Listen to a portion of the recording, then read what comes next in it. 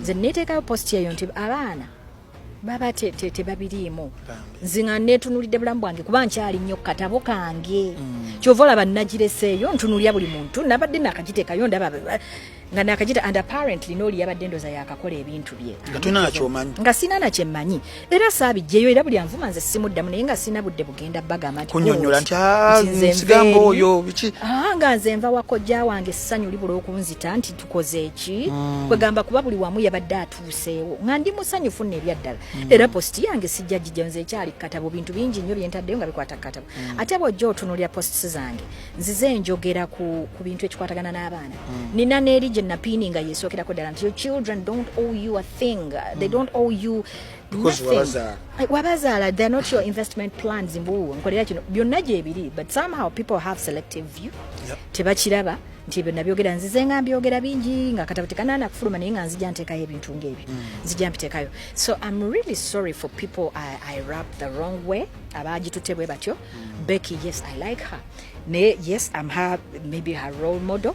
I like her she's a very talented girl I'm very happy for her kuba nageze ne congratulating and congratulating ku mbaga ye I did people can check and see I did congratulate her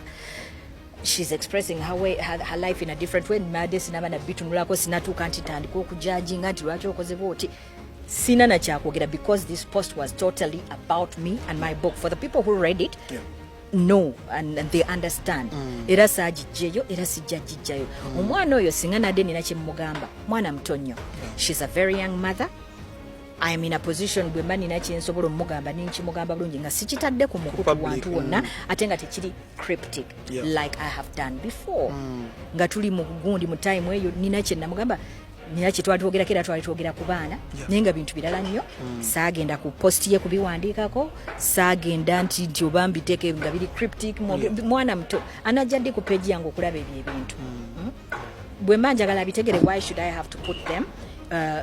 nga ate kiri important nnyo bwe mba njagala kitegere lwaki nino kifuula cryptic ate nenkiteeka ku peegi yange anajja ddi abisome she has so much going on anajja ddi atunuulira ebyo ate nga apparently nze bwe nakoledde posti yange ndaye yabadde yakapostinga ebintu bye no I would tell her personally and privately like I have done before nina bye twali twogerako but privately kati nina ndaba abantu bali ku posti ate sijja zijjayo because for me this had nothing to do with her life her situation nga tukola rehearsals I talked with her like a big sister or like a mother because she's fit to be I'm fit to be her mother netwogera nimugumya netuyimba those clips are very many bingi nnyo naye zisiri wana ate kati kutandika kati muwulirize kye namugamba why didn't you hug her ng'omulaba akaaba first of all I didn't see she was crying nze nali nnyimba eno nga batu recording kati she's the one who told me Irene she was overwhelmed because she told me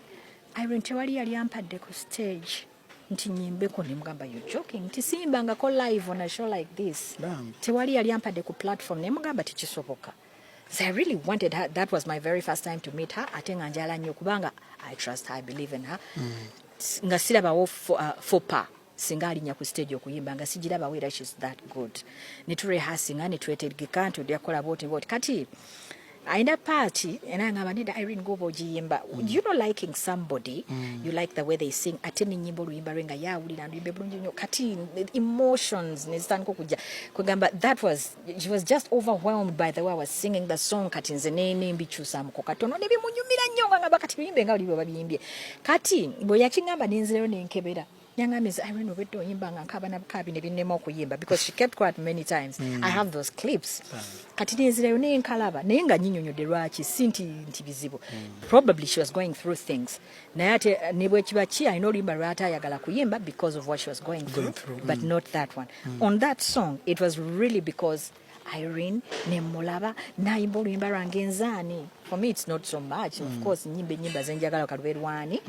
naye okuba nti mulesaawo muwadde ne platform nti ngenda kuyimba ku platform nobody has ever abantu bakola shows kati kwekyo kulena